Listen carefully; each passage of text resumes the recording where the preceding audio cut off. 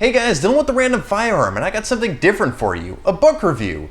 Good to Go, written by Harry Constance. Now, Good to Go covers Harry Constance's 3 tours in Vietnam with the elite SEAL Team 2. Now, when it comes to reading, I'm a nonfiction reader. If I'm reading, I actually like to learn something, and war autobiographies are one of the things that are right up my alley. Now, Harry Constance's story is amazing. It covers his 3 tours from start to finish. Everything ties in together, from the prologue to the epilogue. Everything is connected. Now, the good thing that I like about this, it's written in first person, but it's not written as a history book. It's written as his story. I really feel like I'm reading a novel and not a history book. As much as I like nonfiction, I don't like history books. His story doesn't feel like one. Now, the really cool thing about this is, while yes, it's a war story covering his 3 tours in Vietnam, it's not just the war stories. While the war portions are well documented, it also covers the time between his tours, his time trying to get into the Navy SEALs, and his time after. His fight to try to get into the Navy SEALs is a little bit longer than he anticipated, and the way he writes about it is just very...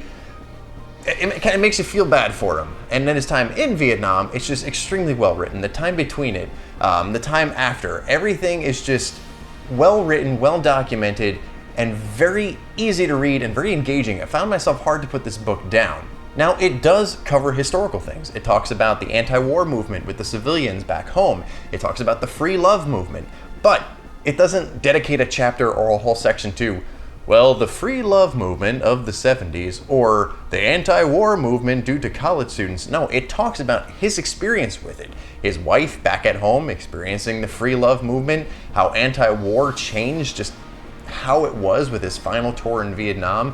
Everything all ties together, and it's a very seamless transition from one to the next, and perhaps that's the only downfall of the book that I could pick out, is the fact that there is so much put together. There's some parts in a book for many months just seem condensed into one page. Now I get it, he's trying to cram 3 tours of Vietnam plus his personal life at home in about a 400-page book. But still, sometimes it's a little jumbled, like, wait a minute, what just happened? But if that's really the only thing I could pick out about this book that I didn't like, that's pretty good. Not only is this one of the best war autobiographies I've read, it's one of the best books I've read.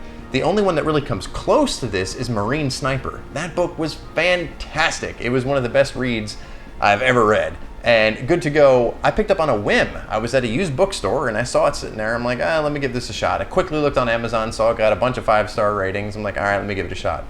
I am very glad I picked that up. Right before this, I read American Sniper by Chris Kyle.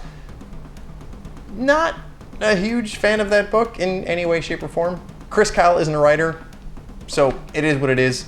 That's a review for a different video, but Good to Go, the story of Harry Constance of SEAL Team 2, fantastic read. And of course, like most books of this type, in the middle, you get a few pictures of him and his crew back in the day. It's a fantastic read, and one of the jobs I work at involves me being out on a boat. And I got to talking to one of the boat captains, and he was an older guy, and he mentioned that he used to work on the patrol boats and the fast... Unfortunately, I don't remember the name of the boats, but the boats that would bring the SEALs onto the shores of Vietnam.